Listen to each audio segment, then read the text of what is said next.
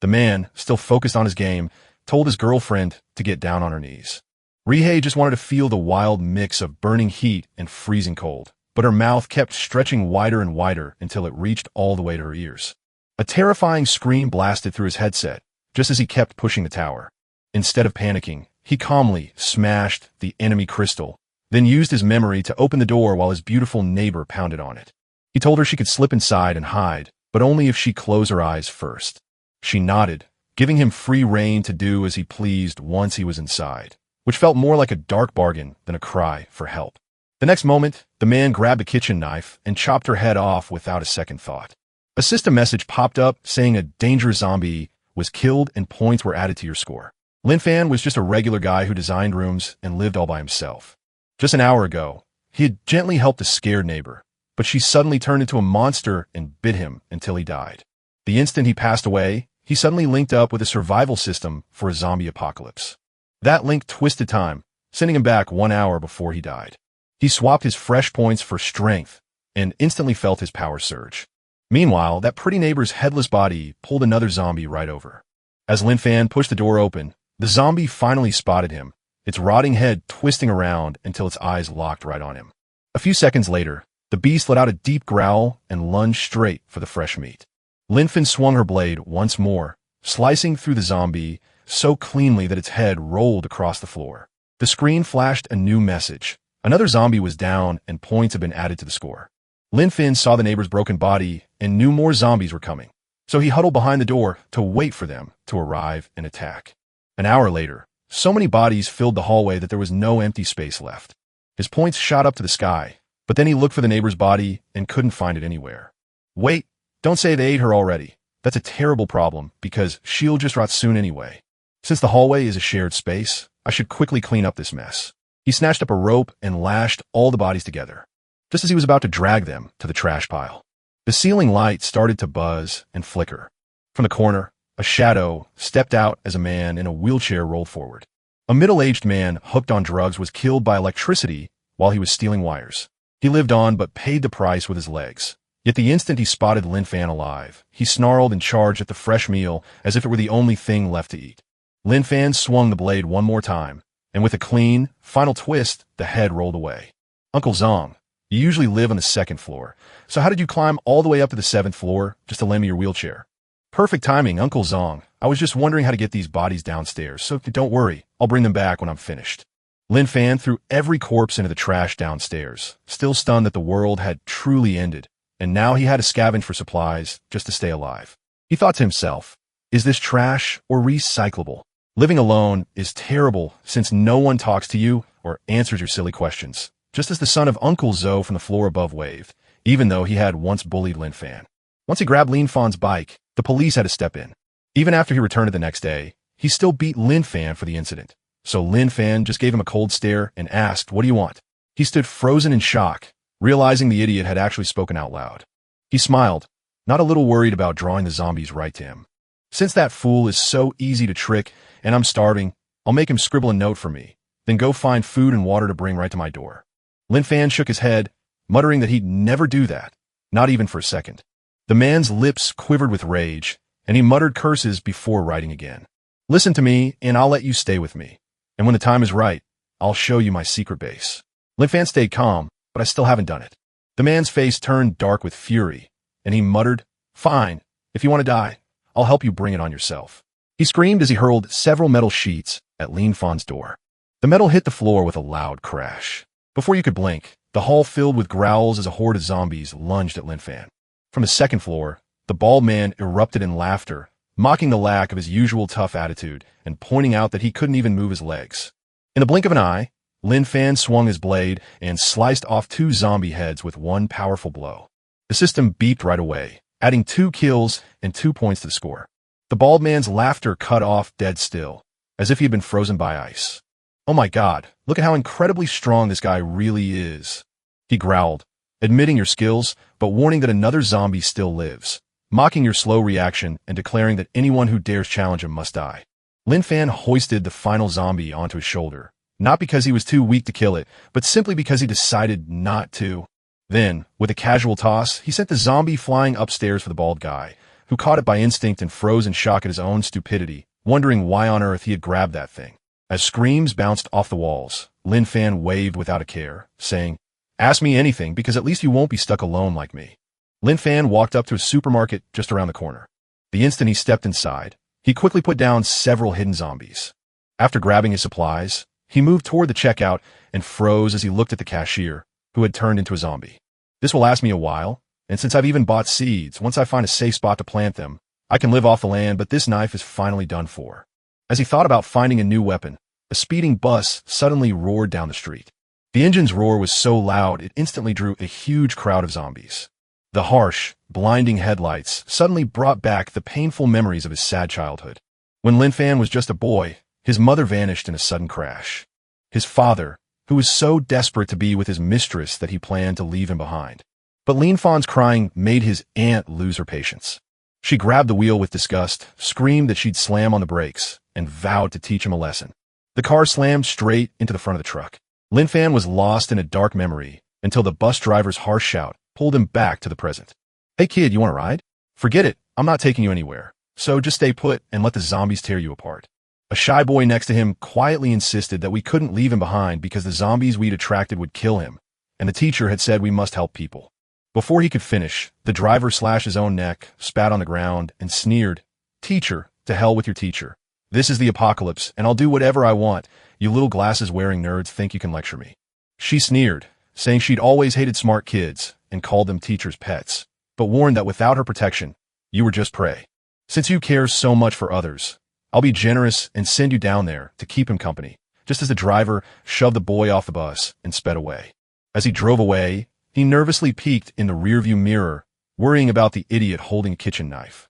Don't tell me he really intends to face the horror by himself. After a long pause, Lin Fan shook off his heavy thoughts and whispered, "I'm not going to die, Mom, and I made a promise that I would become the brave, kind, and exceptional man she always believed I could be." And with those words in his heart, he threw a kitchen knife straight into the bus tire. With a mighty push from his strong arms, the blade cut right through the rubber. The bus skidded out of control, crashed into a street sign, and then rolled over. The proud driver suddenly screamed like a frightened beast. Lin Fan stared at him with cold eyes and said, "You say you're sorry, but you're only scared because you realize you're about to die." A faint smile touched his lips before he said, "Oh, truly? Your friends have arrived, so I'll let you speak with them." The man stopped dead in his tracks, confused and pleading, only to be horrified as the boy whose neck he had cut suddenly appeared beside the overturned bus, joining a horde of zombies to rip the driver apart without mercy. By now, Lin Fan's strength had soared to an unbelievable 35 points. As he walked past the apartment building, a woman's voice called down from above to him, telling him she was a single mother standing next to her daughter. "Hey there, kid. How'd you make it past those zombies at the crossing?" "Forget that. What matters now is that Lin Fan wasn't going to stop." But when he saw the hungry little girl beside her, he couldn't turn away, so he walked to the door and found the woman kneeling. "Sir, I beg you, give us just a little to eat since my husband is gone, and I have nothing left but a tiny bit for my daughter." Lin gave her 2 pumpkins and a squash, and even though the woman was stunned to hear that money didn't matter anymore, she still took the food. Then Lin Fan's eyes caught a fake weapon hanging on the wall. The woman slid the sword out of its sheath, telling my husband that since he loved games and bought it just for fun, anyone who wanted it could take it, especially since it was dangerous outside and perfect for protecting yourself. Lin Fan felt guilty for accepting the weapon, yet he stared at it with longing, and though she insisted he take it since his family didn't need it, she reminded him that he needed it more than anyone. Lin Fan politely waved goodbye, promising not to leave things unpaid and asking them to call if they ever needed help, while the little girl thought he was strange, and her mother whispered that maybe they were the broken ones. Lin Fan eagerly checked out the toy gun he'd seen online and always dreamed of owning, convinced it would be the perfect tool for slicing through zombies. Right then, a woman tumbled down from above and landed hard at his feet. Her body was a map of bruises, with dark blue and purple marks spreading across the pale skin that wasn't hurt. On the 5th floor, a grumpy man with a scratched face stared out, wondering when he'd find another toy like the one he just lost. Looking down, Lin Fan saw that the woman had been beaten terribly.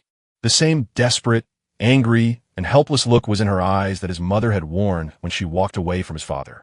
He chose to fight for her and stared down the fat man, leaving everyone to wonder why he took such a bold stand. The man stopped dead in his tracks, completely shocked to see someone walking outside. He shouted angrily, "Who are you?" This is my place and I do as I please with the women here. So what can you do?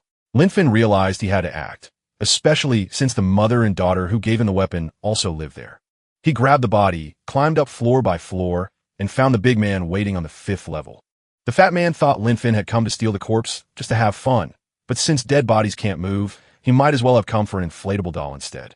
He sneered and tilted his chin up, telling him to leave before he snapped, and showed him what real pain feels like. He kept muttering insults, then threw himself onto the couch to crack open a beer and wonder if he should start looking for some new toys in this building. In this world of ruin, I'm the king and can do whatever I want, which feels absolutely amazing. Then a knock on the door made the fat man leap up, snatch a wooden bat, and peek through the peephole. Who is pounding on the door? And don't tell me it's a zombie. Damn it, with the hallway packed with them, how can I find new toys? But what he saw through the peephole left him frozen in fear. It was the woman he had just made suffer and kill. Even the biggest monsters were scared when they saw him.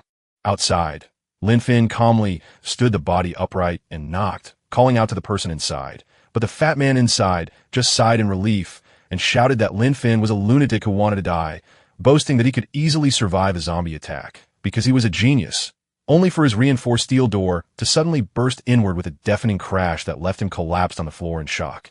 Linfin looked around and noticed tools for torture spread all over the floor. The heavy man fought to get up while screaming curses, calling her a freak and claiming she had brought a dead body into his home just to cause trouble. Linfin spoke softly, reminding me that since I took her, I owe you the price for the harm you caused her. Soon enough, he had the big guy tied up and gagged, all ready to get him to the police station. The big man roared with anger and fought back hard, screaming that you were crazy and begging to be set free. Have you ever watched a zombie movie or read an apocalypse novel? If you have, you know how to survive, and isn't it amazing to be able to do whatever you want? Linfin slapped him hard across the face and yelled, "You're an idiot. Stories are just made-up tales, but this is real life, and you can't even tell the difference." The slap was so powerful it slammed the man through the police station doors, leaving him spinning and in agony. The man muttered, "Who lost their mind between fact and fantasy now? And do you really think dragging me here changes a thing? The world is gone and empty, so no one is left to ever punish me again." Linfin's smile froze, and she snapped back, "You're wrong. There is still someone left." The man's eyes swung wildly as his body went rigid when he smelled something rotten on the back of his neck. A circle of zombie cops had closed in on him, but Linfin spoke softly to explain that even the dead still keep justice by catching bad guys. The following day, a heavy armor truck pulled up right outside the city library. 3 survivors stepped out to search for medical books. They looked all around and saw no zombies nearby, so one of them whispered, "Maybe we're lucky." But the leader, a woman with sharp eyes, raised her hand and said, "Wait, don't rush in." Then she hit a steel pillar with her knife to check what was around them. Her 2 friends instantly stiffened, waiting to bolt if a horde showed up. When everything stayed quiet, she nodded and said, "Okay, let's go check the medical room first." Suddenly, Linfin popped out from behind the bookshelf and smiled at them. One boy screamed and stumbled in terror, thinking they faced a zombie, but Linfin waved him down and insisted he was just a normal person reading a gardening book in a library, while the others, wary of hidden traps and strange weapons, whispered to keep their voices low and grab their things before leaving. She felt a strange chill that Linfin wasn't someone to mess with, even though she had no proof, only a strong hunch. The 3 of them sped up their search and got ready to go. Linfin, without stopping her reading, shouted a warning that made the 3 of them freeze instantly. Afraid he was about to cause trouble, the leader tried to stay polite and asked Linfin, "Do you need something?" Linfin replied, "If you're borrowing that many books, you need to register them because they aren't personal property. Loans should be recorded." The 3 people froze, and one of them spat angrily, asking, "Are you serious? Do you even know what's happening outside? What psychiatric hospital did you escape from?" The leader found the question bizarre, but still asked politely, "Can I ask you something? Do you know what's happening outside right now?" Linfin calmly replied, "Yes, I do. It's the apocalypse. There's zombies outside biting people. Other than that, not much has changed." The leader's expression darkened, and she could not tell whether he was genuinely insane or only pretending. One of the men was already bracing himself for trouble, muttering that he knew what lurked out there and told everyone to stop acting stupid and mind their own business. Linfin tried to calm him down, saying she just wanted to warn them that the outside world is dangerous and they shouldn't cause trouble, while also introducing herself as Linfin. "I'm waiting for you at apartment 704 in Building 2 of the Sunshine Complex, and if you ever get into trouble, just come find me because I'm tough enough to take down hundreds of zombies." The 3 nodded in silence, agreeing that he was mad, So the leader quickly thanked him and ran out of the library with her friends before Lin Fan could speak again. They vanished before I could even learn their names, and he just shrugged and whispered softly, "Whatever, morning is the best time to study, and if I want to survive on my own, I have to master farming." Deep beneath the hot sands, scientists in thick protective suits work without stopping. The zombies are growing stronger every single day, evolving just a little more with each passing sun. Forget that. What I really want to know is this. Can we make an antibody? No, this virus is unlike anything we've ever seen. It doesn't look like any known strain, and you're asking about the zombie gene that turns the dead into a new kind of living thing? Back in the city, Lin Fan shut his farming book and headed back to his apartment complex. He spotted a perfect spot for crops, but since it belonged to everyone, growing food there might draw zombies or make the neighbors mad. So he bellowed, "I'm Lin Fan from Sunshine Complex, Building 2, Apartment 704, and starting today, I'm turning this place into a garden. So if anyone has a problem with that, now's the time to say it." Just as we feared, his loud scream pulled every nearby zombie right to him. Even the people hiding in nearby buildings broke their windows and leaped out in just a few seconds. Before anyone could blink, the empty field was completely filled with the undead. Lin Fan pulled out his sword and cut through them, making their bodies fall apart as easily as soft tofu. His system's points shot up right away. A few minutes later, the ground was piled high with dead bodies, so Lin Fan finally could rest easy knowing the zombies would never bother his garden again. Just to be safe, he shouted out to the neighborhood again. Anyone else got a problem with this? When no zombies showed up, a fierce hunger suddenly hit him, so he decided to eat something and check on the mother and daughter. He found a soft-shelled turtle at the market, brought food for the two of them, and shared a meal while the woman spoke softly. Knowing people only help when there is a reason, and seeing how much you've already done for us, I didn't want to make you uncomfortable, but my husband is gone, and if anything happens to me, my daughter Lin Fan understands what that means. So he put down his chopsticks and calmly asked, "What exactly do you want me to do?" While the woman froze, surprised by how quickly he accepted the situation. She blushed and quietly asked if she and her daughter could move into his apartment complex, leaving Lin Fan blinking in confusion before he realized she meant joining him there and offered to talk to the property manager. She looked at him with total confusion, wondering if we were even having the same conversation. Across the city in a fancy tower, a middle-aged man's phone buzzed and his face brightened because he knew every call could mean saving someone. "Hello," Mr. Shun said, but the caller on the other end was formal and asked about his rental property, causing Shun to freeze in shock before hanging up in disbelief, because looking outside showed the world had ended and the apocalypse was spreading fast, leaving only their secure complex alive while rescue helicopters never arrived. Just as Shun sank deeper into despair, the phone rang again, and he shouted before the caller could even speak. Lin Fan's face went blank with confusion as she asked, "Are you crazy? Why are you shouting? I only need to rent your place." Shun hung up, still furious, while Lin Fan sighed in confusion before deciding to call him back. Shun's veins bulged on his forehead as he shouted, "You idiot, what do you actually want?" while Lin Fan remained calm. "Mr. Shun, I just want to rent your apartment, so please don't get so upset about it." Shun's patience snapped, and with a defiant laugh she declared, "Fine, you want it? Come rent it from me on the rooftop of Tower 3 if you have the guts to face me." Once the deal was done, Lin Fan quickly waved goodbye to the mother and daughter and told them to wait while he ran to sign their contract right then. She tried to stop him, but he had already closed the door and gone. Meanwhile, a young man stepped up to Shun and asked in a hushed tone, "Boss, what happened?" Shun just shrugged and replied, "Nothing, just a fool." The young man tugged Shun aside and whispered urgently to ignore the crowd, insisting they speak quickly about a grave matter because his calculations showed their supplies wouldn't last another 2 weeks. Shun narrowed his eyes and asked what he was suggesting, to which the young man replied with a cold smile that they needed to get rid of the 4 old people since they were just dead weight. Shun paused, worried that doing something like that openly would upset the older folks who had shared their food with us these past few days. The young man grinned and said, "Leave it to me. Once we get the old folks out of the way, we'll take care of the extra men too. For the women, the plain ones leave while the pretty ones stay, giving us plenty to keep us entertained." After all, no one knew when the end of the world would finally stop. Once the apartment was safe, Lin Fan pedaled his bike toward the tower, popping the zombies in his path along the way. Survivors watched him through windows and alleys, some begging for aid while others laughed, sure he wouldn't last long. They were sure the zombies would eat him eventually, but after traveling for a long time, Lin Fan turned around and saw that the hungry horde had vanished. He halted at the apartment gate and stared around, realizing this place was far fancier than where he used to live. Up on the roof, A group had huddled to plot a cruel plan to steal the old people's food and shove them off the edge, even though the elders could see right through the young ones whispering secrets. Wang Zinu, a retired soldier who had survived many battles, reached out to comfort the wife of a retired military doctor standing beside him. Gowan let out a heavy sigh as he realized their supplies were nearly gone, wondering if these young people now saw them as a burden. Yet he knew the future belonged to them since the land and its people would need their strength to rebuild everything. Nearby, retired military engineer Zhou Yuden chuckled softly, asking Wang if he had truly accepted this so calmly. Wang asked if Zhojin felt the same, and as he nodded, he reminded us that after a lifetime of fighting, little remains, so we cannot blame the younger generation since they must first survive. Hapu and Yang Yang's wife rolled her eyes because we'd already endured enough suffering for decades, and a little more pain won't change a thing. Meanwhile, Shen and Jojo were already rounding up most of the young folks and heading toward the 4 elderly ones.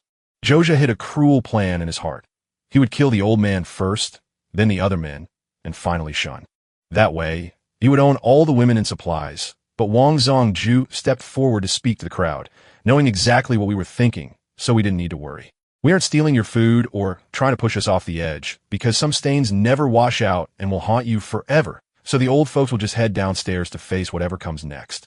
Even so, the younger group refused to back down, declaring, "No way, we can't let you stay alive. If you open that security door downstairs, you'll attract an entire horde, so we have to throw you off right now." While the group stood frozen in the tent, a loud knock on the roof broke the silence, and a voice shouted from the street below. "Mr. Shun, can you hear me? It's the person who called. May I rent your apartment?" Shin screamed like he'd seen a ghost because the world had ended, leaving him to wonder who was still renting apartments and who he actually was. Before he could even finish speaking, the heavy metal gate blew open with a loud, thunderous crash. Linfin's strength had climbed to 40 points, but he accidentally pushed too hard and knocked the gate right down. Shu leaned close to Shun and whispered that they just rented an apartment to lure the zombies with some noise, which would let them chase the scary old folks away and make everyone safe. Shin grinned and gave a casual wave, thinking the kid was sharp and ruthless. "Fine, the place is yours now. Go ahead," though Linfan didn't think it would be this easy. He pulled a thick stack of cash from his pocket, making Shun blink in shock and think, "What an idiot." Shin growled, "All right, stay as long as you like, but now you must leave." As Linfan turned to leave, he saw the old group getting ready to walk off the rooftop. He called out, "Excuse me, are you Zhu Aljin?" And Zhu Aljin, looking surprised, replied, "You know me, young man." Linfan nodded with excitement, shook my hand, and told me that after seeing me on TV for breaking through the blockade that 4 countries set up to stop our weapons, he now considers me a national hero. Zhu Jin chuckled gently, "But that was a long time ago. You're just exaggerating." So Linfan turned to the group and asked if they were really going downstairs, warning them that it's dangerous out there. Zhu Jin shook his head, saying we must leave because our supplies are running low and the young ones need what's left, so we should stop using up our final days now that we've lived long enough. Linfin's face turned dark as his mind filled with visions of old people being left behind and dying alone. Even Shin shook with fear when he saw Linfan's face, knowing this man was truly dangerous. Linfan let out a slow breath and begged, "Please come with me to my safe place where I can protect you all," but the elderly group kindly refused, saying, "Thank you, son, but you've already done enough just by caring," while Linfan pressed on, insisting he was strong and even offered to help them rent apartments, only for the old folks to exchange awkward glances. Zoel Jin hid his worry with a laugh, calling the young man unique, while Linfan grabbed Zoel Jin's hand and urged them to trust him and follow, though Shun tried to stop the elderly group until Shu held him back and whispered to let them go. As soon as they reached the bottom of the stairs, the zombies will be drawn to them, and the old men, who once swore to die for their country, will be torn apart right there. As they grew old, the younger crowd pushed them out of the safe place. The younger survivors collected the elderly people's supplies and kept tossing flower pots down the stairs to create loud noises. They planned to lure hungry zombies from nearby, so they could eat the old people. The older folks never thought their children would be so cruel. Soldiers who used to fight side by side with their friends never thought they would be betrayed by them. Only the retired military engineer Zhu Aljin felt something was wrong. He frowned, noticing the pile of zombie bodies on the ground and wondering if someone finally found a way to kill them. Hank just shrugged, knowing that whatever happened couldn't possibly have happened that fast. As soon as he stopped talking, everyone turned to look at Linfan, who looked uneasy, and I knew I had no choice but to kill them to get safely to the rooftop. The old group finally turned their eyes away from the dead. They couldn't believe he had taken out so many zombies all by himself. In the meantime, the folks on the roof had tossed every single potted plant off the edge, but still no zombies showed up. Shun frowned, shoved the man out of the way, and barked, "Move! Let me see what's happening." One look downstairs made his skin break out in cold sweat, leaving him screaming, "What the hell? Why are there zombie corpses everywhere?" Suddenly, a scream tore through the air as Shu shoved the man over the edge, leaving the other survivors frozen in horror at what they had just seen. But Shu Chao just fixed his tie and asked calmly, "What's wrong?" "If shouting won't bring them, we'll use blood because the smell travels much farther." Shun laughed and clapped loudly. The man crashed onto the pavement below, his body shattered into pieces while blood sprayed out and turned the street bright red.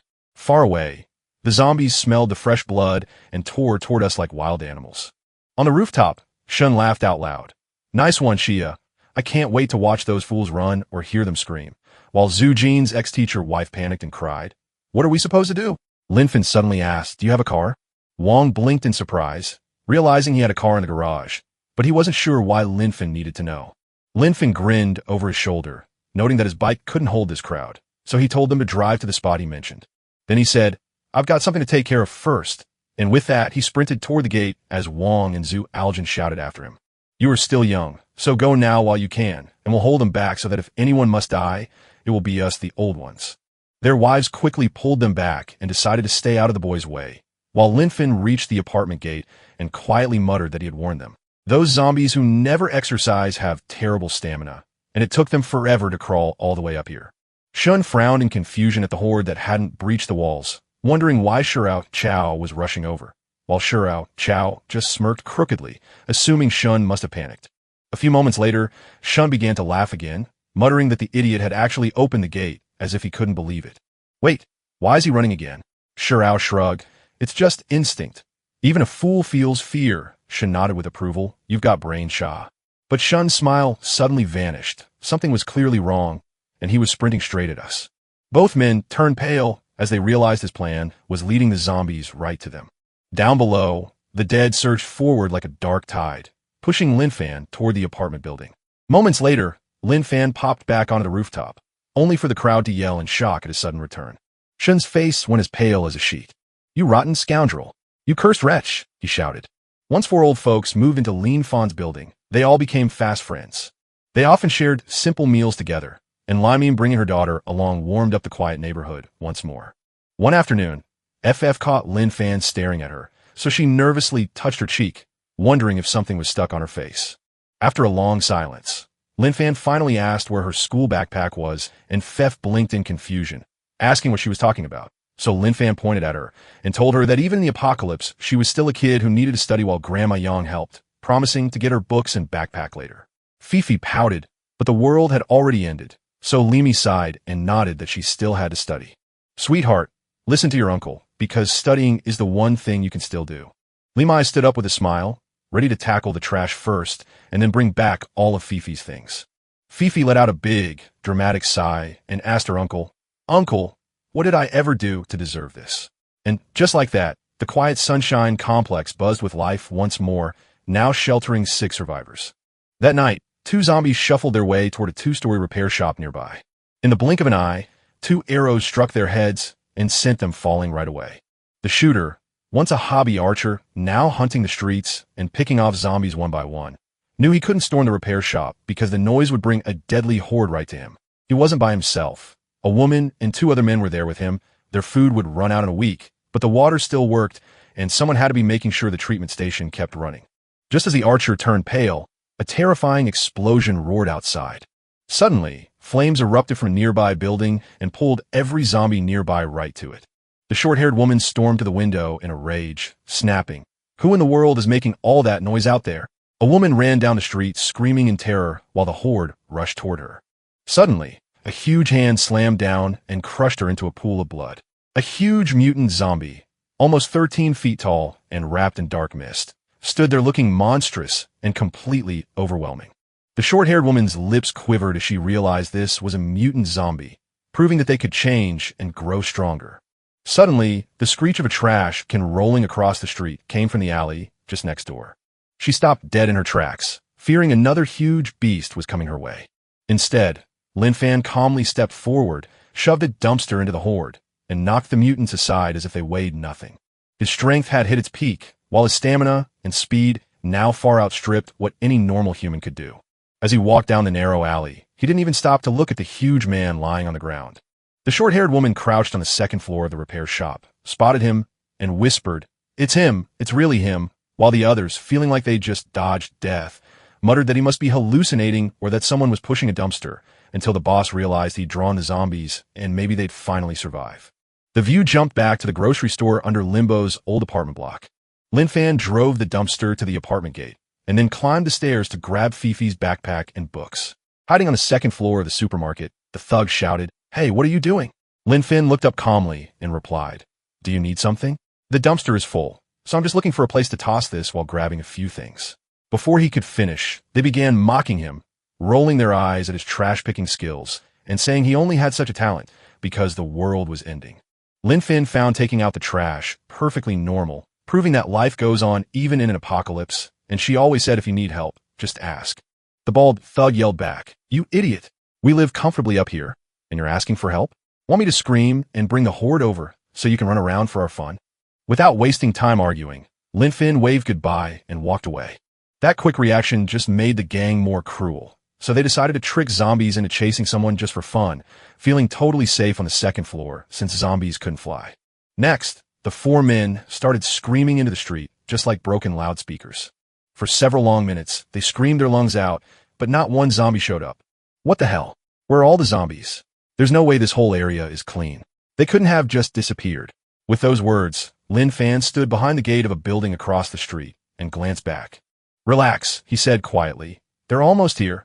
And then he disappeared, leaving the grumbling thugs calling him a buzzkill and the zombies wishing they didn't have to deal with him, right before the ground shook under the thunder of heavy footsteps and bouncing rocks.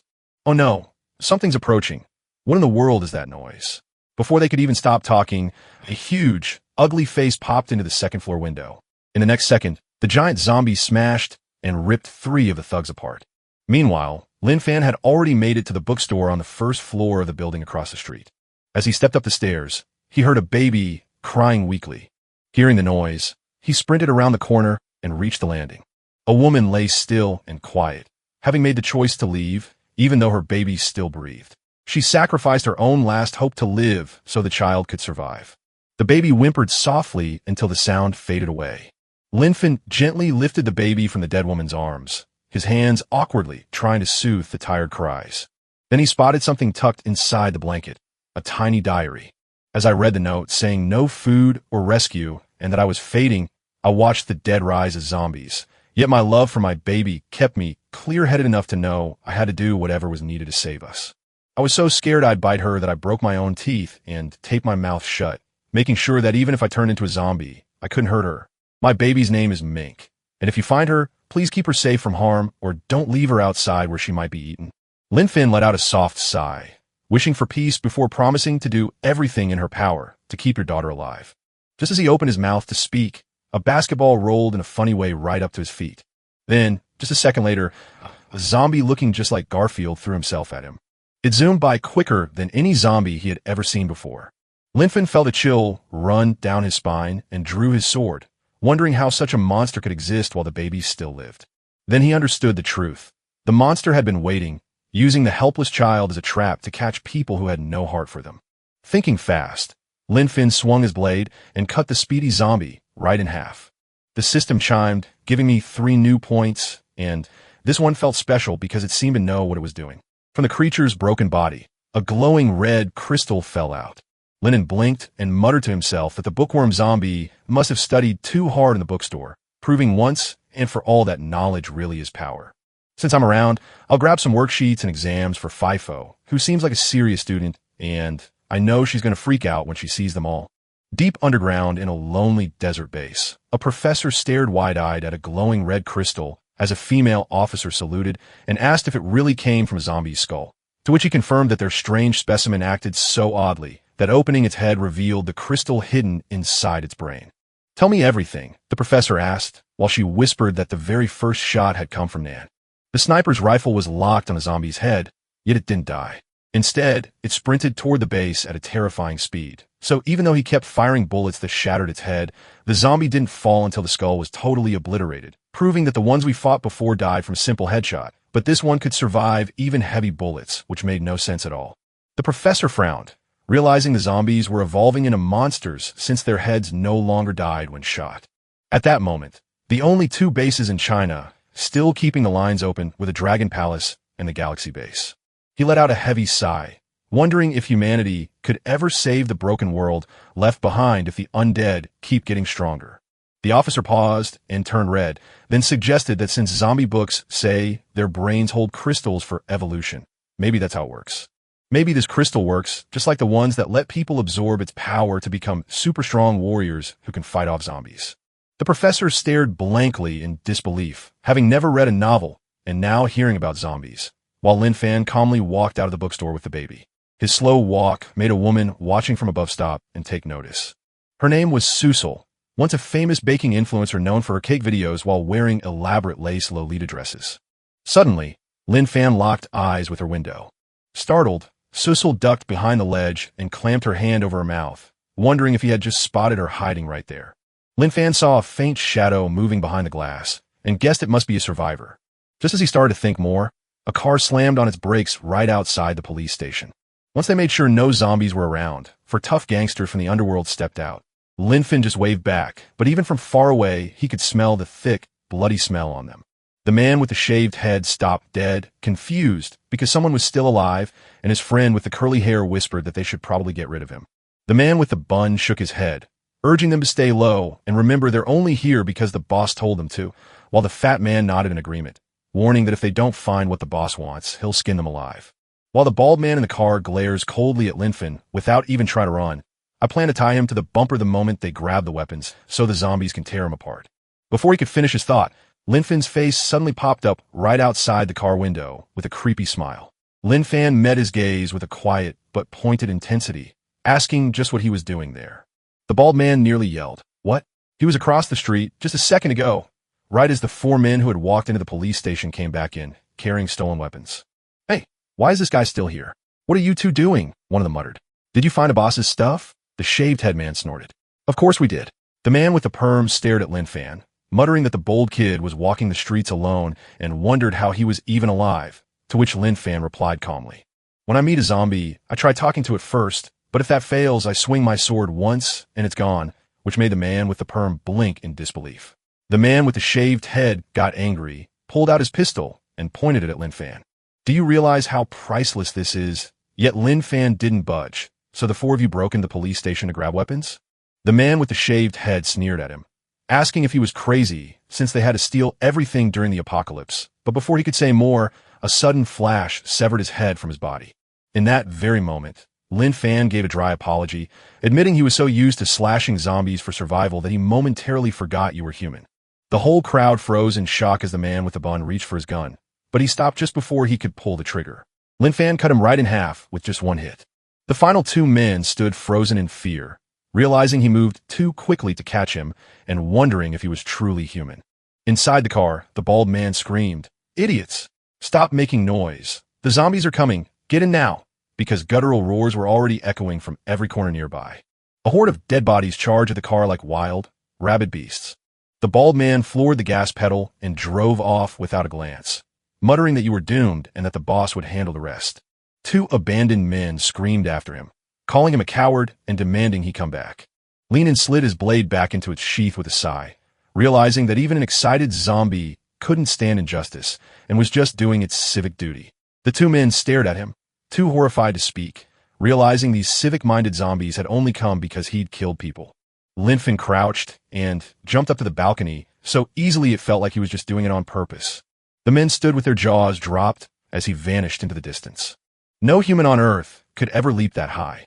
Moments later, the zombie horde crashed into them like a living tidal wave, and their screams were quickly drowned out by the sounds of flesh tearing apart. Sushil, the baking influencer, stopped dead in her tracks as the chaos outside revealed a horde of zombies. Don't tell me that wandering guy led them to this spot. He must have lost his mind, walked right into a trap, and is likely already dead. Just as she finished her thought, Lin Fan's face suddenly appeared at her window, causing her to collapse onto the floor in trembling fear, only to realize she was actually on the second floor. Linfin thought he was just scared out of his mind by the apocalypse, but he's standing right on top of the air conditioner outside. He decided to give her time to get used to him, promising himself he'd visit her window every day with a warm smile and kind words until she realized he meant no harm. Sushil was already holding a knife when he spotted me, and with no way to escape, I knew he would tell the other survivors if I tried to run. I won't let them capture me alive, so if I can't fight him, I'll drive my blade into my own heart to make sure he never gets to play with my body. While chaos unfolded, a bald gangster crashed through the door of Shuri Hill's fancy mansion, his face twisted in panic as he shouted, "Boss, we got a problem." The Scarface man puffed on his cigar and frowned. "5 of you left, but only you came back," while the bald man exaggerated his tale.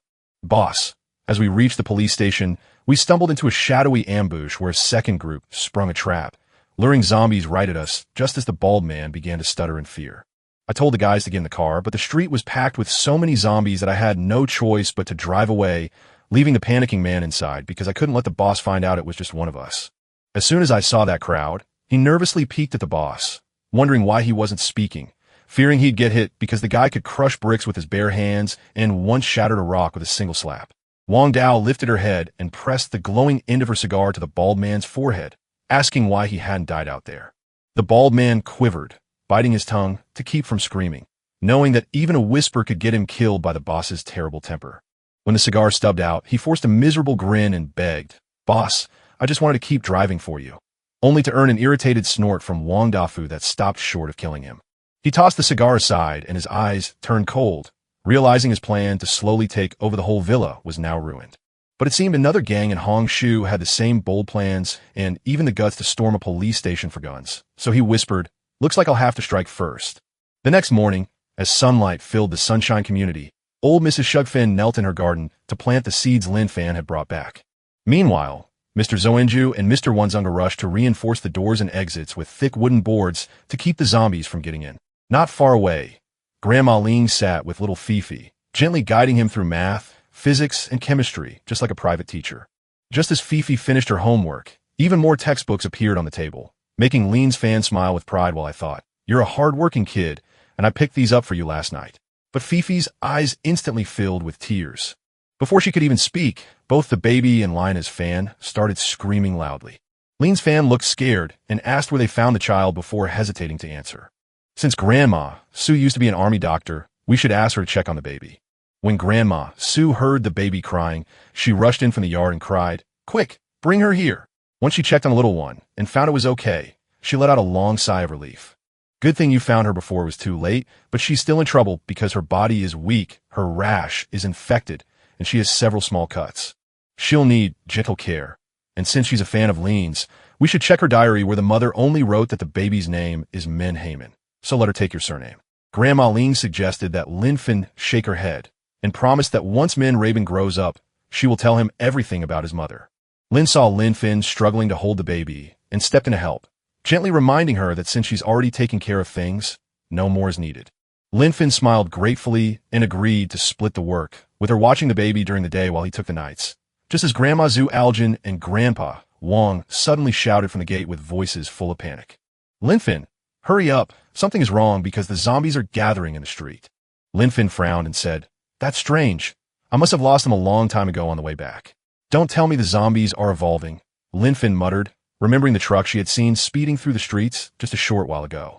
The driver kept honking his horn over and over, pulling every nearby zombie right toward him.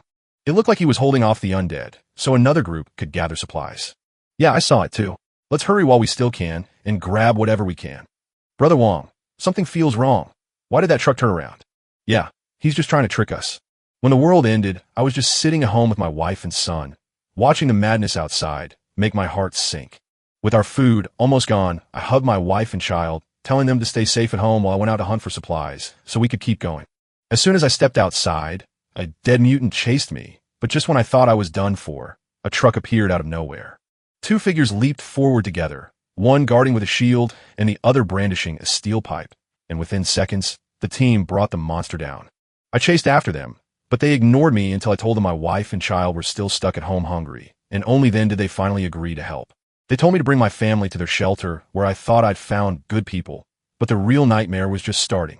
The second they spotted my family, they lunged, pinned me down, and killed my right in front of me.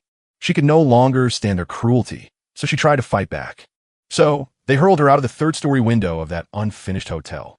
I tried to fight back, but they grabbed my 8-year-old daughter, so I froze in fear, knowing that if I moved, they'd take her next. I won't let those monsters leave here with a single one still breathing. I'm heading over to check things out, but wait, Lin Fang, don't go. You look like a zombie. Why won't you stay out of the Sunshine District?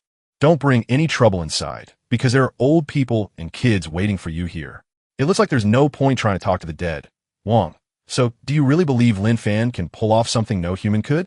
I truly think Lin Fan is some kind of super soldier because his strength is just out of this world. Maybe one day the world will wake up right here in Huang City, and Lin Fan might just be the one to help put it back together. Grandma's show was on, and when asked how he was doing, he said he was just fine with only a few scratches thanks to the airbag. He was so relieved when he realized the blood was just from his nose and nothing serious. Even so, the streets outside are a mess and need a proper cleaning. This entire mess began with him, so naturally, he's the only one who can clean it up. Something feels off, yet I still can't find a reason to disagree with Lin Fan. This isn't heaven, it's the Sunshine District, our very own home. Now that you're awake and can move, go clean up the infected bodies outside before the stench becomes too much to handle. My name is Shun, and I used to fix broken internet connections, but you saved my life. But now I must save my daughter, who is still in that man's hands. So you caused all this trouble, and now you want to run away. You have to clean up this mess first. Give me the address so I can save your daughter. Don't worry, because my prices are very reasonable. Oh wait, that's the delivery guy. My dad really sent you to pick me up. Your dad already paid me for the job. So it's him again. The same man has shown up once more. A little girl, maybe 8 or 9, stands beside him. He pointed and asked, "What is that?" And then simply said, "It's my daughter." Oh no, he's staring right at us with that creepy smile. Since that monster couldn't catch me, he grabbed a little girl instead. Just thinking about what might happen to her makes me feel sick, and this cursed apocalypse really seems to give everyone free rein to do whatever they want. That survivor in the cake shop acted so strange that it was as if the apocalypse had driven her mind completely crazy. Forget it, don't worry, Ting. Folks with that kind of trouble in their heads are dangerous. They could hurt someone easily, but what on earth were they thinking? What's going on, sis? Check out that intersection over there. Wasn't it the crazy guy we ran into earlier? How can he walk around so confidently, even with a little girl beside him? It's unbelievable. That doll is so cute, I'm buying one from Mang Ting Ting. And since you want one too, we'll get you one as well. Zombies are chasing our car, and if they see him or that little girl, they're going to die. Quickly honk the horn to scare the undead away. You pulled it off? Damn it, sister. It seems she's already drawn every zombie to this spot before we even arrived. With our mission ended, a researcher spoke up at the desert base. "Professor, we've cracked the code on that zombie's brain crystal, and the stuff inside it is something we've never seen before. The energy is incredibly stable because the crystal's strange, skin-like outer layer is far tougher than anything you'd find on a human. Even with our best gear, we still can't figure out what this crystal does, so we've already told Dragon Palace Base and Galaxy Base about it. Did they find anything? While the Dragon Palace and Galaxy hunted zombies, they found no crystals in the normal ones, so they figured only special zombies carry them. It turns out the zombies are changing and getting stronger, which is really bad news for us. If we can't figure out how to handle them, I can't even imagine what will happen to humanity." Standing on the rooftop of a building in Wong City, a man shouted in excitement that he had finally found the crystal inside a zombie's head, even though he had to betray his friends to get it. "If I swallow this crystal, I'll get stronger, keep crushing zombies, and one day rule this ruined world. When I rise above all others, nothing can stop me. If heaven denies me my name as Janhu, then the apocalypse will be the endless night that fuels my rise. Come on, Janhu, I'm ready to let this power reshape my body into one of unmatched strength so I can become the apocalypse's king, a ruler who changes women every single day of the year." Then, his face twisted in shock, leaving everyone wondering how this could happen. "This crystal won't work like the stories say it should. My stomach is throbbing so hard that the inevitable pain is finally starting to take over. I'm about to drop dead from this. But if I can last through this, the future is already mine. No, this just can't be happening. No, I'm not ready." I cried as voices from the Sunshine community echoed in panic, shouting, "Dad, brother, why are you covered in blood? Are you hurt?" "I'm just fine. It's only zombie blood, and Little Fan is an amazing runner." Little Shun quickly hand over the money to him. "You paid me, so I finished the job. That's just how work goes." Even in the end of the world, I still won't give away my hard-earned cash for free. The old man handed me that 100 yuan ahead of time. I thought everyone was just kidding, but I can't believe he actually took the money.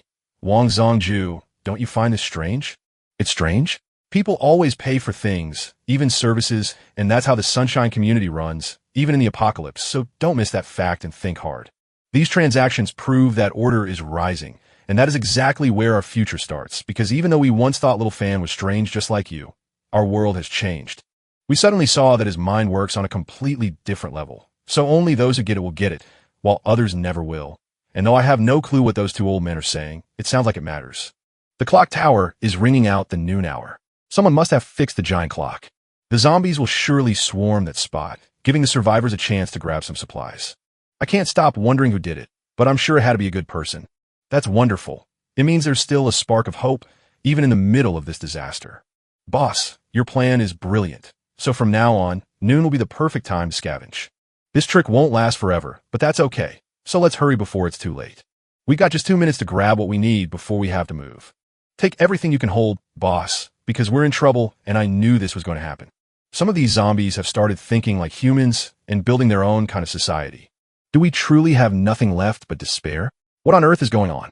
It's not even noon. Why did it stop? Something went wrong, and the tiny hope we just found vanished in an instant. But wait, there's still hope, and this time it's real. Just a little bit of light remains, but the apocalypse has arrived and danger is everywhere. But hope is always waiting for someone to find it, guide it, and shine it bright enough for others to see even a little bit. Because as the saying goes, with great power comes great responsibility, and we can't just look out for ourselves or risk letting our world vanish. One person's strength is not enough to do everything. So a leader must step up to unite everyone's drive and make it far stronger together. Wang Zongju, I honestly have no idea what you're saying. How could I ever forget Little Fan's logic? Talking to him like this is useless, so I need to explain it in a way he can finally understand. Little Fan, there's a real estate office nearby where you could earn some extra cash if you'd like a part-time job. You can drop off flyers to ask survivors if they want to join our community, and if you bring them in, you'll help them out while earning a nice commission yourself. Old Wang, you're a lifesaver. I'll jump on that paying part-time job right now. Old man, is it right to trick that kid like this and lead him down such a dark path? Throughout all my years in the military, I have never seen anyone as strong as Little Fan, a man so powerful he hardly seems human. Maybe Little Fan is the very last hope for all of us. It's freezing, brother, so get in the car. Don't you want to stay with us? Thanks, but it's not needed since I'm working and already have a place to call home. The engine's roar drew a horde of zombies, so we decided to leave him behind since he refused our help anyway. In this apocalypse, we can only do what we can. Plus, after chatting with him earlier, I started to think something wasn't right about that kid. It's true. The zombies are moving faster now. They used to cover 100 meters in 10 seconds, but now they probably do it in just 9. Ugh, I guess I'm back to the dull business of killing zombies for points. Finally, we found you all, but these zombies are getting tougher by the second as they keep changing and growing. Luckily, my support team is helping me grow stronger, but then I remembered this distress signal. I'm Yanaini, a 19-year-old dance streamer living in Hanged Elite Residence Building 4, Apartment 17, Room G5. While I know folk, classical, and modern dance, no matter how many dancers there were, none were as famous as her. When the world ended and fear took over, she barricaded herself inside her apartment, surviving on stored food and barely eating until today. By the 3rd day after the outbreak, soft knocking and a call of her name came from her manager, Lely Wang Wang. Just as she was about to open the door, she peered through the peephole and saw Li Hong's younger brother standing there. Since he was unemployed, addicted to gambling, and gave her a disturbing look, she knew that with the world collapsed, Bing could do whatever he wanted if he tried to hurt her. He might even choose to help his own brother. Even though the woman refused to open the door for her manager, no matter what excuses or promises he offered, because she was terrified of something terrible happening to her and now had no food left, making her wonder if she would truly starve to death while her brother on the 19th floor of Rhonda, Elite, complained that his sister still wouldn't let him in. She's so stunning that just imagining her curves makes me go crazy, but that security door is way too tough to break through. We couldn't pry it open, and it's all your fault since I warned you not to act so suspiciously, foolishly thinking the apocalypse made us immune to such tricks. She snapped at him to be quiet, wondering if something was outside or if they had finally found a zombie. Maybe or maybe not, so let's take a look first. Is anyone out there? Please stop bothering me and don't come back. That crazy person must be standing right outside my door again. I'm about to go crazy and grab a kitchen knife to end it all, but that creepy guy won't let me leave. He'll still try to take advantage of me if he gets the chance, which is so unbearable that I can't believe this happened to me. Outside, Lin Fan realized the person inside was in danger and couldn't wait any longer, so he smashed down the door, found Yanini, and told her to stay calm and not panic. Not panic? How can I possibly stay calm when it's the apocalypse? When a stranger smashes right into my apartment, you think I'm supposed to just relax? Wait, aren't you the dance streamer Yanini? I used to throw money at your shows, but before that, I just watched for free because your dancing was so beautiful. Don't come any closer, or I'll kill myself right here before you can touch me, because that memory of my friend and me watching a Japanese movie where a woman was tortured every day won't let me forget it. They treated her like a toy until she learned to obey like a dog. And while I used to think movies were just make-believe, I now know people could do terrible things, but no matter what happens, I will never become like them. I'm not here to hurt you. I'm Alan Fun from a rental office, and after seeing the emergency sign on your window, I stopped to help, even though my arrival made a mess of your door. I knocked, but got no answer, so I forced my way in to find her stunned and wondering if anyone could really smash a security door open with just one punch. Lin Fan lifted his hand a little, admitting he'd only stopped by to check on you and share some housing deals. Your home isn't treating you well, so maybe you should look into moving, and I'd suggest checking out the Sunshine community if you're curious. It's an old place, but since I took charge, it's been quiet, clean, and safe for folks from every walk of life. The crowd was a mix of doctors, teachers, decorated veterans, retired factory workers, elderly women, and even a network technician. Downstairs, you'll find a full outdoor gym and the very farmland we built with our own hands. And the best part? It won't break the bank. Yanini's fear slowly melted away, leaving only shock in its place. Lin Fan watched her face shift and figured she was finally relaxing. He took a step forward and said, I know you're scared, and anyone as beautiful as you must have suffered a lot during this disaster. Even though bad things happen, there's still good people out there, so we should keep walking toward the light. Come on, drop the knife and take a look at this flyer. Maybe it'll help you make up your mind. Yanini stared at the brochure, thinking the whole thing sounded crazy. She couldn't help but ask, Who exactly are you? Lumpin smiled and said, I told you already. My name is Lumpin. I'm a real estate agent from Sinfong Agency, and I specialize in rental properties. Feeling unhappy with your current place? We could move to Sunshine Community. And to show you why, Lumpin eagerly sat down to explain everything properly. Peek at this floor plan. Building 1, room 504 offers 2 bedrooms and a living room totaling around 60 square meters with an elevator and easy access for just $1,500 a month. But since you're a streamer with lots of clothes, I'd steer you toward the larger building 2, where the last young female tenant just moved out a few days ago. Yanani blurted out, Are you really crazy or something? Which made Lennon instantly feel offended, so he stood up to leave, but Yanani quickly grabbed his arm, stopped him, and apologized. Life inside requires the right mindset to make money, so while I accepted your apology, Yanani still asked if you were always this way, meaning not quite normal, and seeing his face darken, she rushed to clarify that she didn't mean it until Lennon cut her off to say that everyone here is strange because the apocalypse means the old rules no longer matter. That old way of thinking is what's tearing the world apart, because in this apocalypse, the real nightmare isn't the zombies, it's people, and I'm just sticking to the old rules because I'm strong enough to keep doing it. Yanani looked at him again, wondering if he was acting dumb to trick them, but knowing that staying meant death, and she had to go. Lim smiled at the eager Yanani, who quickly nodded to take the apartment Lim had found, and then told him to pack his things right away. Yanani blinked in confusion, while Lim explained that since she was moving, she needed to pack her most important things like bank cards and cash, and noted that the rent would be $10,000 a month. Yanani stared at him in disbelief, wondering if he was real, or just pretending while she desperately wished to escape the madness. 10 minutes later, Linfin stared at her in confusion, wondering how she could be packing so fast. Yanani nodded and warned him that deadly survivors were waiting downstairs, fearing they wouldn't get out alive. Linfin calmly guided her down the stairs, and Yanani, thinking back to how he'd punched through a steel door as if it were paper, reassured her not to worry. But just as they stepped onto the next floor, Lil Hong's door burst open right before their eyes. He held a kitchen knife and warned Yanani to leave the woman alone or face serious trouble. Li Hong stood tall, without a flicker of fear, and instead, a small smile crept onto his face. I rarely smile unless I must, but tell me exactly how you plan to make me wish I hadn't. In the blink of an eye, Li Hong moved faster than anyone could have imagined and ripped the knife away. Lil Hong froze in disbelief, everything before him feeling like a dream, since he'd only grabbed the knife to scare the man away from the woman. Who could have guessed it would be ripped away in a heartbeat, since that wasn't how things usually worked? Instead of fighting, Lil Hong calmly explained that even threatening someone with a knife was against the law, which only confused him more until Lon handed it back, and Li Hong instinctively grabbed it. Lon warned him to hold the blade carefully and stop his foolishness, adding that if he truly attacks, she will fight back and it will end badly for him. Yanani wished she could stop Limon from taking the knife back, but it was already too late. Ever since becoming an influencer, she had treated Lin Hong like family, giving him money and chances, yet now in the apocalypse, she was nothing more than a target, and while Li Hong tried to help his brother destroy her life, he turned to her and said, "Let's go," only to glare at Yanani with greedy eyes and shout for them to stop. Lil Hong glanced at him with a cold expression and asked if he wanted something else, while Li Hong stepped forward holding a kitchen knife, shouting that he had wanted that girl for a long time and could not let her go, only for Lil Hong to look offended at the accusation and then grin disgustingly at Yanani while warning her that staying meant only him, but leaving meant who knew how many men she would meet.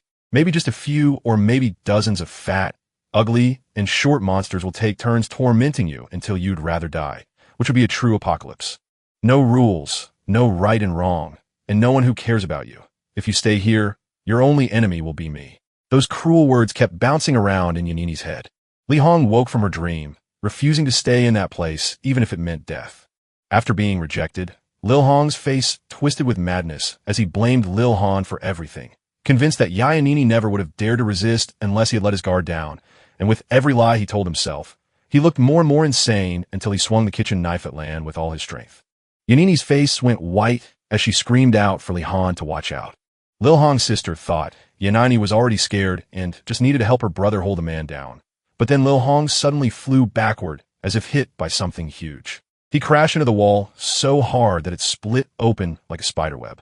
As Li Hong gently lowered his leg and calmly said it was the other man's fault because he was just defending himself, Yanini stared in shock, realizing that the man who had defeated Li Hong in an instant was unbelievably strong. After that, Lil Hong was too scared to cause any more trouble and hurried to check if his brother was still breathing. As they kept going down, Yanani saw torn zombie corpses scattered everywhere. "Did you kill all of these?" Li Hong asked, explaining that the zombies had attacked him the moment he arrived, leaving him no choice but to fight back. Yanani grew even more curious about his true job.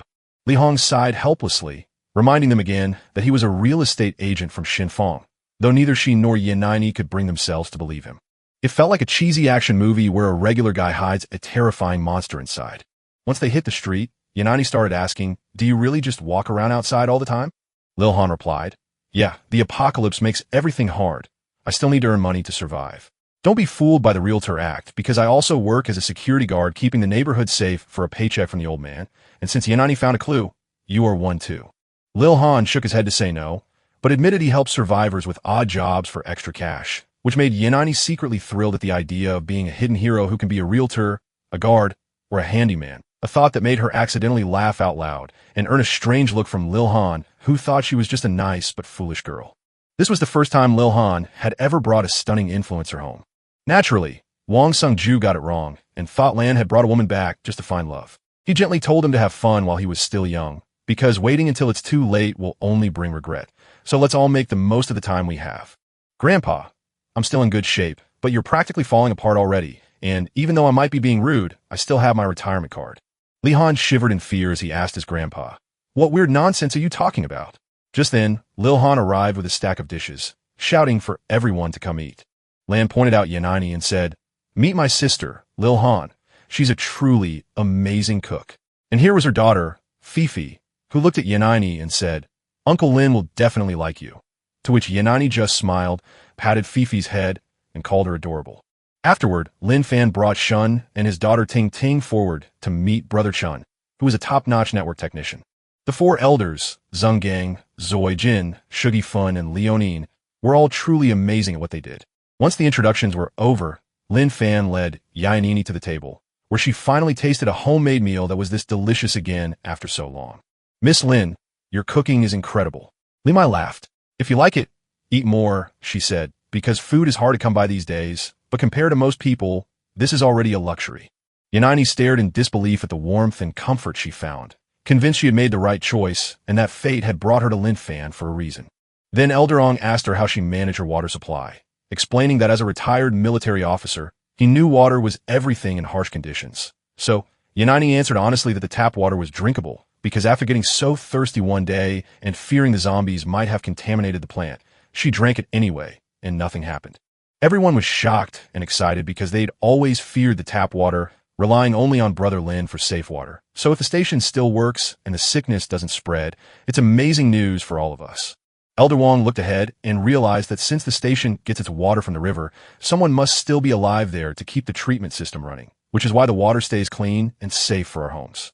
Zhou Jin agreed that anyone truly keeping the water clean deserves to live, not starve to death when their food runs out. Lin Fan kept munching happily while I headed off to check on things later, since I know exactly where the water station is. As a newcomer, Yini still didn't get the full picture, but Lin Fan kept chewing and said, "Is that dangerous?" "No, there's no danger, and even if there is, I have to go. I don't know exactly how that place works, but water is too vital for us all. So if someone is risking their life to keep the supply going during tough times, they shouldn't have to suffer forever, and at the very least, they deserve a hot bowl of rice." After eating, Lin Fan stood up and said he was heading to the water station, offering to bring anything back if anyone asked, under the same rules as always. When the service fee was set at 100, the crowd immediately swarmed him, everyone shouting for different supplies. Yini stared at Elder Hang, wondering if Lin Fan was some kind of super soldier, but he offered no answer, hoping she would figure it out for herself. The scene changed to the water treatment plant in Hong City. Inside the control room, the station manager Hank Kai, a bald man, kept sighing as his mind began to break. We had to eat, drink, and even use the bathroom right there in that cramped room, making it so unbearable that I think I've finally reached my limit. My brain is failing me, and staring at that shut door makes me dream it glows with light coming from the other side. I'm just an ordinary person who can't take this anymore, so I'd give anything to crawl through a raw water pipe, leave this place, and get far away from the city. The little dog barked twice, telling him to stay and save the city's only water source, even if there are no zombies out there. Honkai strapped a cell phone to the farm dog's body, using the animal to draw nearby zombies away. He also had to make sure all the station gear was working fine by checking on it often. If the facility shut down, the city would run out of water and the survivors would sink into despair. Even the dog was working his hardest to help people. Being human, he refused to quit so easily, while the dog zoomed down the station's tight hallways. At first, it glided quickly and smoothly, but suddenly one zombie exploded into a burst of speed that whipped the air into a storm of wind with every step. The zombie pushed the dog into a dead-end trap. Just as things seemed hopeless, Lin Fan rode up on his bike and spotted a zombie that looked completely wrong. Whether it was a person or a zombie, he greeted them out of habit, but the zombie quickly changed its mind after seeing Lin Fan ignore the dog. The beast was far too tiny to fill the hole in Lin Fan's stomach, so it sprinted straight at him. Lin Fan reached out and gripped his sword hilt, ready to draw it. In the blink of an eye, a bright flash sliced through the air, dragging a strong wind behind it as the zombie was torn into 3 pieces, its head, upper body, and lower body. Everything snapped apart so cleanly that the crystal inside its body even shattered from the hit. Lin Fan flicked his weapon tips off the thick black sludge, then said, "I told you attacking people like this is dangerous, didn't I?" The rescue dog trotted over to Lin Fan, knelt down, and wagged its tail in a super cute way. Lin Fan scratched its head, cooed over the adorable pup, and asked if it could guide them to the survivor, so the happy dog trotted ahead to show the way. Lin Fan wiped away every zombie that stepped onto his path without a single struggle. As Lin Fan watched the dog, he fell in love with it, calling it a clever little friend before the pup led him straight to where it and its owner were hiding. The room stood empty, a silent sign that its owner had faced danger and never came back. Lin Fan gently patted the anxious dog's head and told it to keep leading the way. Meanwhile, inside the filtration room, Honkai slumped in a corner, feeling like a total disaster because the zombies found him before he could even finish checking the equipment, leaving him worried about his buddy while more zombies waited just outside. If I head out now, it's too risky, and if I don't make it back to my room, the dog will be stuck outside with no one to let him in when he returns, meaning he'll surely die out there. Just as hope vanished, a sudden bark from outside broke through the dark, and as Honkai gasped for air, he realized the strange voices in his head were gone, replaced by the sound of a real human voice. He couldn't believe anyone was out there, so he kept telling himself not to open the door. After Lin Fan rang and rang with no answer, he just smashed the iron door open. "Hello, I'm Lin Fan, a security guard, rental agent, and courier from Sunshine Community who's just a good person looking for survivors without any bad intentions." The instant Honkai spotted another person, tears welled in his eyes, yet he insisted it was just a trick of the mind, wondering how anyone could possibly be here or what a security guard was doing in this place. He was convinced the zombies had broken in while he was trapped in his own mind, but Lin Fan placed a solid, real hand on his shoulder and said, "Don't be afraid. I'm here to get you out, and you're safe now." Those simple words hit Honkai harder than anything else, causing him to collapse in Lin Fan's arms and sob uncontrollably because he finally realized someone had come to save him after he thought everyone had forgotten him. Lin Fan smiled because anyone who carries firewood for others shouldn't be left to freeze, and you're the hero of this city. So sorry it took so long after she rescued Honkai from the water plant and brought him back to the Sunshine community to hand him a steaming bowl of rice.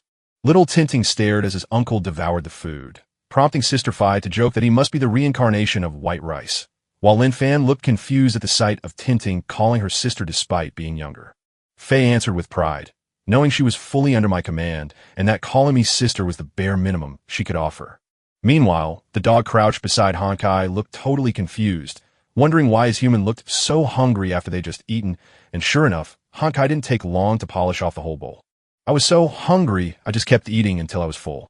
Llama shook her head with a smile, saying that it was fine because eating well was a blessing, even though she hadn't had time to cook anything else since you arrived so suddenly. Grandpa Wong patted Honkai on the shoulder and said the station had clean water only because of him, but Honkai felt embarrassed and insisted he was just doing his job as an employee. Stuck with no other choice, I did what I could, only for Grandpa Wong to remind me that my basic duty was still to keep everyone alive in Wong City, where water meant life, right as Lin Fan stepped in to offer me a spot in the Sunshine community and a place to stay, a promise that left Hanai feeling like there was a secret hidden in those simple words. Grandpa Wong quickly said, "What Little Fan means is that if you want to live here, he'll arrange a room for you, and the rent isn't expensive, around 1,600 or 1,700 a month. Even in the apocalypse, our people still stick to the old rules." So Honkai widened his eyes and nodded, trying to understand but feeling confused. Lin Fan tried to explain, saying you'll soon get used to it. And since Grandpa Wong probably knows her better than anyone here, he just worries that speaking so directly might confuse people. Grandpa Wong said, "You look like any other kid, and that's fine. Be shy when you need to, but step forward when it matters, and I like that." Honkai thought quietly about whether that was a compliment, just as Wang Zongju suddenly remembered an old friend.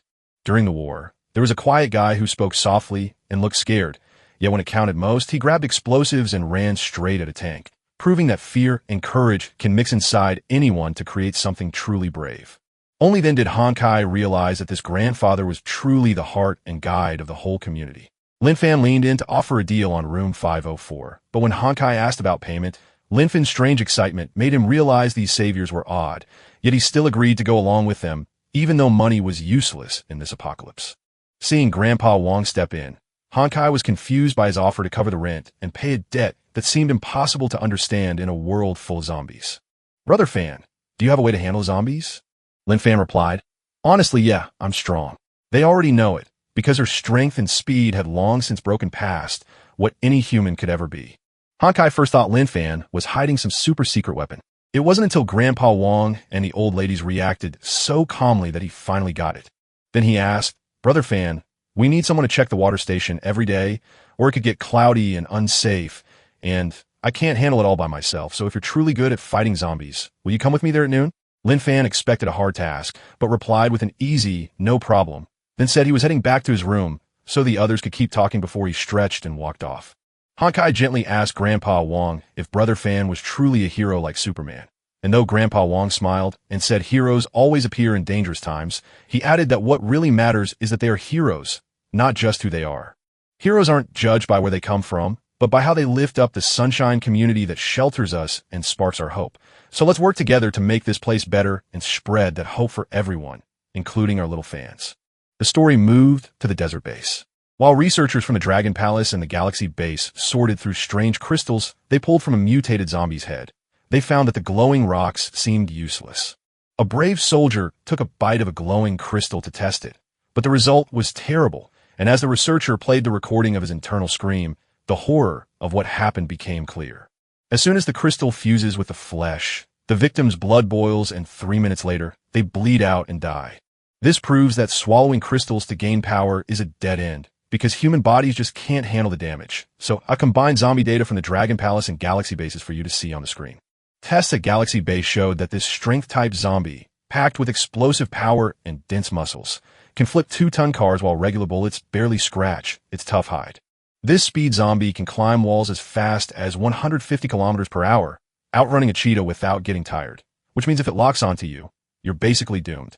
This terrifying zombie screams so loudly that it makes people dizzy, sick, and in pain, while also calling a huge crowd of other zombies to the area. When it was first found only days ago, it could barely reach 100 dB, but jumped 20 points in just a few days. At this speed, we're heading straight for 160 dB, which will shatter human eardrums. He had served 9 years as a third-class sergeant before coming home on leave, but just days later, the zombie apocalypse started. Now the group was 4 women and 2 men, and one of the couples was about to welcome a new baby. The man asked Gohan about the world outside, and Gohan bowed his head to warn him that a horde of zombies was roaming around and things looked very bad. The man said my sister-in-law was feeling much better now, but he also warned that the baby would likely arrive in just a few days, and I'm really scared. Gohan gently patted his shoulder to say, "Don't worry, I'm here, because in this terrifying world, going to a hospital was impossible. Giving birth there was too dangerous if the zombies heard her screams or if she bled too much, so he decided they had to leave to find supplies." The man promised to follow Brother Gang, but Gohan gently refused, telling him to stay behind and look after everyone. "My body feels much stronger than yours, so if trouble comes, I can climb up and get away." Fearing I'd become a burden, the man told Brother Gang, "Okay, brother, please be careful," to which Gohan nodded and promised, "I will, and if I see any zombies, I'll turn back right away," only for the man to shake his head and warn, "No, I'm not talking about zombies. Have you heard? The survivors here are all whispering about that strange legend." A lone man walks through the zombie-filled streets of Huang City with just a single sword, and people call him the eternal shadow of the apocalypse. Gohan couldn't believe it, wondering how anyone could come up with such a silly-sounding title. While things were quiet in Sunshine Town, the old man spotted Lin Fan rushing past and wondered what had made him so busy. Lin Fan told the old man he had to patrol the neighborhood, clean up the shops, help Honkai reach the water station, and work his real estate job before heading home. So the old man nodded because everyone knew Lin Fan was the busiest person in the whole apocalypse, and maybe even the only hope for humanity. While the 2 kids were learning, Grandma taught them with patience. Lim carried the baby on her back and went to help Grandma Sueya in the fields. Yanani spotted Lin Fan and said hello, but Lin Fan politely called her Miss Yin, which she told him to stop being so stiff about. Lin Fan smiled and said, "You can call me Yin or Yanani. That's what my friends say," to which Yanani replied, "Really? All right, Miss Yin," before asking, "Brother Fan, Grandpa Wong says the city will go back to being empty. Do you really think that'll happen?" Lin Fan answered not with a direct yes, but by asking, "Do you believe it?" When Yanani looked at him, Lin Fan said calmly, "If I hadn't met all of you, I wouldn't, but now I do because you already know the truth and have faith. As long as you keep believing, you will succeed," even though Yanani still didn't quite get it. "Brother Fan, why do you keep working hard to earn money when the world has gone mad and everyone else is just hurting people and taking whatever they can get?" Lin Fan stepped closer, fearing that once the light returns, he might never be the same person he used to be. Yanani stood frozen, realizing that Brother Fan must truly be humanity's hope after hearing everything the old man had said. She chased after him with a grin and asked, "Brother Fan, do you have a girlfriend?" He answered right away, "No," so she blushed and said, "I don't have one either, but have you never thought about dating?" Lin Fan gave a straight answer, and those 3 words shattered Yanini's dream, leaving him to face the hard truth that he had been turned down. Unable to accept his words, she chased after him and asked why, only for Lin Fan to reply that he was still young, prompting her to insist they stop talking so he could clear out the nearby zombies with the promise that hard work would eventually clean up the stores and expand into surrounding areas until the Long City was restored, leading Yanani to pause and realize that Brother Fan wasn't rejecting her, but rather reminding her that the apocalypse was far from over. How could anyone think about romance when my mind was too narrow to see that my Brother Fan carried ambitions far greater than mine? And that afternoon Lin Fan just walked through the streets as usual. The cake shop streamer Sushiel spotted him again and wondered who this fearless guy was, since he didn't seem scared of the zombies and might even know a secret trick to dodge them. Lin Fan also saw the woman watching him, though he wasn't sure if her heart had truly healed since emotional scars take time to mend on their own. "Forget it. I need to clear out the zombie hordes around the nearby shops first." As soon as she saw Lin Fan pull his sword, she froze in terror, screaming that it was all over because he had finally given in to his violent urges and was about to attack her. But once Lin Fan drew his sword, he suddenly remembered his promise to smile at you every single day. "I hope my smile would bring warmth and healing to you." But to Sushiel, it looked strange and scary. There it is again. He's staring right at me with that twisted smile, and I know he's up to no good. The scene jumped to Gohan frantically hunting for medicine for the pregnant woman, only to discover every pharmacy was empty, making him realize that zombie movies had made survival look way too easy compared to the real thing. Suddenly, a terrifying groan froze Gohan in his tracks, leaving him silent as he listened closely. He recognized the sound as a zombie and knew that, despite his military training, taking it on with just his bare hands was way too dangerous. He didn't wait a second to turn back and keep himself safe rather than jumping into danger. As the zombie shuffled out of the building, Rian ran away as fast as he could, knowing the monsters were slow until they noticed him, so getting away early was his only hope to live. The zombie behind him still looked confused, like it had no idea what just happened.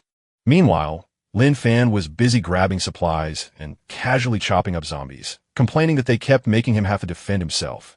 Suddenly, he realized his sword felt sharper than ever, faintly glowing as if his eyes were playing tricks on him. Suddenly, a roar from outside made everyone jump. Lin Fan, feeling curious, leaned out to see what all the fuss was about. He saw Gohan stuck on top of a bus while mutant creatures swarmed all around him. Gohan muttered a silent curse to himself as he realized his bad luck had caught up with him, leaving him trapped once more by the undead and fearing this might finally be the end of his life. Right then, Lin Fan calmly and innocently asked if he could help. As soon as Gohan heard him, he realized Lin Fan was special, carrying a soldier's strength that takes years to build. The more he watched the man, the more sure he became that this stranger held power beyond any normal person and could truly save him. After thinking it over, Gohan stopped begging and instead yelled at Lin Fan to get out while he looked for a way to escape on his own. But Lin Fan stayed right where he was, grinning as he asked once more if he could help. That snap drew every zombie's attention instantly, making them all swivel toward Lin Fan and turning Gohan pale as he silently cursed his friend for ignoring the warning. He thought they could have both gotten away if they had run right away, but now the zombies were all looking at him. Lin Fan kept talking to the angry crowd like regular folks, scolding their violent ways, and honestly saying his sword was just for protecting himself. Suddenly, a tiny zombie lunged forward without any warning. The sight left Gohan frozen in shock, sure that both he and his opponent were about to die there. Before anyone could even react, Lin Fan swung his blade and cut the zombie in half instantly. Right after that, he kicked the body so hard it crashed violently into the wall. Gohan stood frozen with his mouth wide open, unable to shut it because even the toughest soldiers couldn't throw a zombie that far, proving the strength was far beyond what anyone could ever imagine. The last of the zombies lunged at Lin Fan with wild, hungry eyes. Lin Fan spoke with ice in his voice, saying that once words ran out, he would settle the score with the sword in his hand. Hearing that, Gohan stood speechless, struggling to make sense of strange words coming from Lin Fan, who just sheathed his sword like a butcher done with his work, grumbling about the dirty streets and worrying about who would have to clean up the mess. Gohan stood atop the bus, shaking his head in disbelief at the power he'd just seen, wondering if anyone could really be that strong. Suddenly, he remembered the rumors. A lone sword-wielding man strolling through empty streets, hailed as the living legend of Hang City, which made Lin Fan so confused he lightly jumped onto the bus to face Gang directly, despite knowing not a single word the man had spoken. Still smiling, Lin Fan waved in greeting, told the stranger who he was, and asked for his name. Gohan stood frozen in shock as Lin Fan leaped onto the bus with such ease that Gohan couldn't believe he was even human. Lin Fan grew confused, wondering why the man stared silently at her, and even thinking he might be deaf. When Gohan finally introduced himself, Lin Fan sighed with relief to confirm he could hear, then spoke again to tell him where he lived. Curious about how Lin Fan could kill zombies so easily, Gohan asked him why it seemed like such an effortless task for him. Lin Fan casually lifted his sword and joked that it was a divine gift, so Gohan dropped the subject and turned his thoughts to saving the survivors. He introduced himself and showed that he was still a soldier who had found himself in trouble while visiting home. Privately, Gohan thought Lin Fan's strange way of talking was weird, but he figured it was just her own little habit. Still lost in thought, Lin Fan suddenly asked him to move to the Sunshine District, a surprise that made Gohan realize there must be many other survivors living there. After thinking it over, Gohan realized Lin Fan had already saved many people and meant no harm, so he instantly agreed to go. He asked to go back and save the others, and Lin Fan gave his permission without a single word of doubt. A little while later, Gohan came back with a pregnant woman and told Lin Fan that they had arrived. Lin Fan asked about their connection, and Gohan explained that Yang Hui was just a survivor they'd met during the apocalypse. Hearing that, Linfin paused for a moment before asking about her husband. Yang Hui gave a short, icy answer that left everyone stunned. Linfin stepped back to whisper the details to Gohan away from everyone else. Gohan then told the whole story of what happened while he was out looking for medicine. Once Gang was gone, Yang Hui ran into a group of survivors who looked friendly and thought they'd stand a better chance if they stuck together. But as soon as they found out Yang Hui was pregnant, the whole group turned on her, kicked her out, and forced everyone else to leave too. What hurt Gohan the most was seeing that Yang Hui's husband had left her alone with her pregnant belly, showing no care at all, and when Gohan came back, she was already by herself. Gohan stared at Linfin with worry and asked if he thought expecting mothers were too much of a burden. Linfin smiled and said they were just guests, which instantly eased Gohan's mind that Yangi had found some luck after her betrayal. But then Yanka suddenly grabbed her belly in pain as her labor began. Gohan knew she was about to give birth, so Sufin rushed outside to demand they check on her right away. Before Gohan could finish talking, Sufin pushed them to bring Inge inside, while Linfin soothed everyone by saying that Shufin was a skilled military doctor who knew exactly what to do. After waiting a while, everyone anxiously asked about Yang Hui's condition. Shufin walked out and warned that the baby was coming soon, but things were too dangerous, so she made everyone leave except Meani to help her with a risky delivery. The moment he heard that, Linfin snapped to attention, drew his sword, and realized that delivering a baby under those conditions was so dangerous that any small mistake could cost lives. When Linfin got ready to go, Mr. Wong asked where she was heading, and she smiled to say that since childbirth needed loud cries to build strength, she would have him guard the gate to keep the area safe so she could give birth in peace. Gohan begged them to stop because it was too risky, but Linfin argued they had to buy some time and make a safe place for the baby to arrive. Linfin said that in the end of the world, hope is something people make themselves, and often it starts with the little kids. That little life inside was the future everyone hoped to keep safe and pass down. He calmly explained that keeping the area safe and fresh air was his job as the guardian of Sunshine District, and his recent paycheck meant he was serious about doing it right. Right then, the little girl leaned in and asked Mr. Wong about the General Linfin had mentioned, eager to hear the story. Mr. Wong smiled as he told the tale of General Dong leading a desperate battle just to save time for a female soldier to give birth safely. The fight cost many lives, and this made the general furious when others questioned why so many would die just for one child. He stood firm, saying that every sacrifice was made to protect the children and their future, and only those who truly share in the nation's fate can understand why. While Linfin read about Stark and his 365 girlfriends, she couldn't help but think the main character's life was a total mess. Just then, a car zoomed right by. The car instantly reversed when it spotted Linfin sitting there. The person inside rolled down the window and thought he had found a crazy person sitting right in the middle of the road. Gohan told the man that he hadn't seen a single zombie on the street, which felt very suspicious during the apocalypse while Linfin just sat there reading. Several other people were sitting in the car, and after hearing his answer, they burst into laughter and made fun of him like he was crazy. One group member proposed moving to the house near Linfin, but the leader refused, fearing that zombies at the corner would spot them and that Linfin's strange behavior could cause more problems. The three passengers in the back seat cheered his sharp instincts. Linfin quickly warned the group that a pregnant woman nearby was about to give birth and might scream so loud it would bring the zombies right to them. The purple-haired girl in the car grabbed her stomach and laughed, saying the crazy guy was making her laugh too hard, while Linfin whispered the same words before Linfin told her to show some respect. Seeing her clear annoyance, she fired back with a defiant laugh. "I'm not scared of anything. Think I can peel your skin off while you're still alive?" The blonde woman driving the car then shoved a gun hard against Linfin's face and asked, "Do you know what this is?" Linfin didn't hesitate and said, "It's a gun," to which the leader smirked and arrogantly replied, "In this apocalypse, I can do whatever I want," making it plain he meant to kill him. He kept threatening Linfin, saying he could blow his head apart like a watermelon while shouting, "Do you believe I'll blow your brains out?"